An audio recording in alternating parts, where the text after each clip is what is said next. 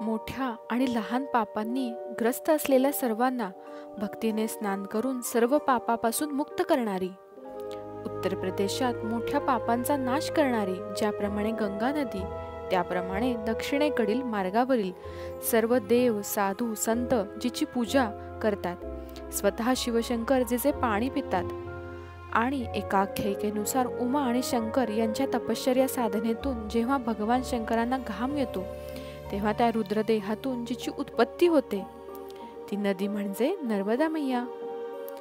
नमस्कार सर्वांना, स्वागत आहे तुमचं माझ्या श्रद्धेची पहाटा चॅनलमध्ये.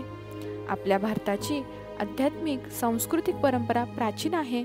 आपल्याकडे असलेल्या सर्वच नद्यांचे आपल्याला महत्त्व आहे. नर्मदा मैयाला आपण देवता मानतो आणि नर्मदा नदी अशी एकच नदी आहे जिची परिक्रमा केली जाते.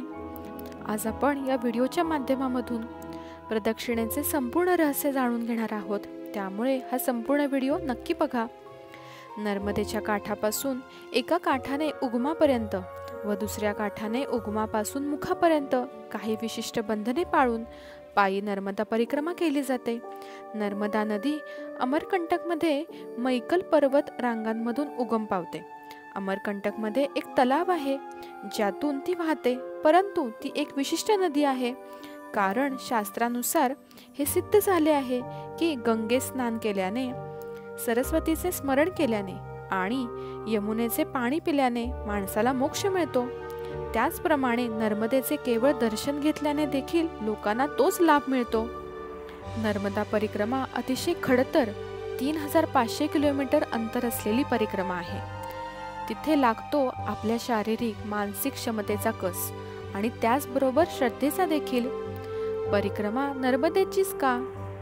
पुराणात केलेल्या उल्लेखानुसार भगवान शंकरांनी नर्मदेला तिच्या उत्पत्तीनंतर असं वरदान दिलं की हे भाग्यशालिनी नर्मदे, तू सर्व पापांचे हरण करणारी होशील. तुझ्या पाण्यात स्थित असलेले सर्व पाषाण शिवतुल्य होतील असं म्हणतात. सर्वप्रथम नर्मदा परिक्रमा करणारे ऋषी मार्कंडेय ऋषी होते.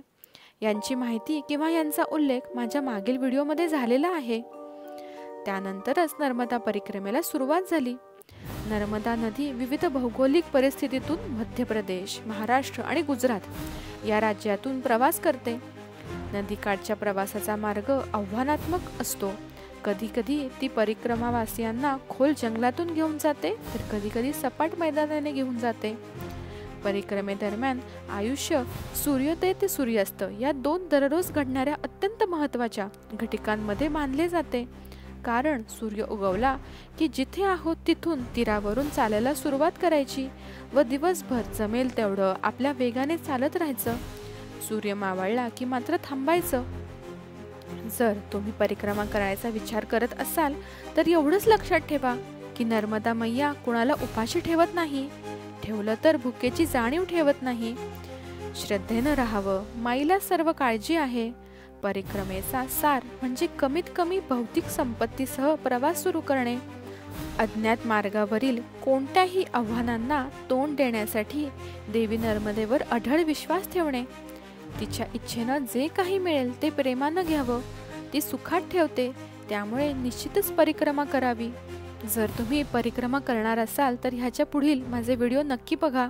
पुढील व्हिडिओमध्ये मी नर्मदा परिक्रमा कशी, का आणि कशा प्रकारे केली जाते आणि नर्मदा परिक्रमेचे काही महत्त्वाचे नियम आहेत ह्याबद्दल अधिक माहिती सांगणार आहे. त्यामुळे माझे पुढील व्हिडिओ नक्की बघा.